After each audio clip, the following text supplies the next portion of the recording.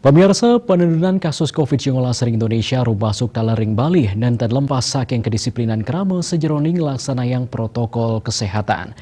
Jadi astun kasus sampun sayan tedun nanging krama keabdiang dan ngeluputang prokes. Penedunan kasus COVID-19 memargi sinarengan ring pelonggaran PPKM pina kecihna usaha nampenin pandemi selami puniki sampun memargi becik. Kahanan inucap nenten lempas saking penyarengan turmaning disiplin krama antuk ngelaksanayang protokol kesehatan saha satinut ring puarah saking pemerintah rumasuk nyokong program vaksinasi.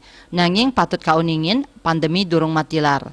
Kapungkur kahuripan krama medampingan sareng COVID-19 sane matutang tegep ngelaksanayang protokol kesehatan nenten dadas kaluputang. Berupaya untuk bisa hidup berdampingan dengan virus dengan harapan bahwa tahun ke depan pandemi ini bisa menjadi endemi. Nah, untuk turunnya level Denpasar menjadi level 2, meskipun demikian kami tetap menghimbau masyarakat untuk tetap prokes, tetap jaga prokes, itu yang utama.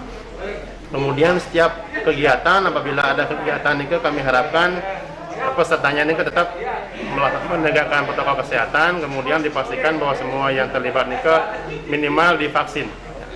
Nah, untuk fasilitas fokus ini tetap dilaksanakan seperti cuci tangan, hand sanitizer ini tetap dilaksanakan.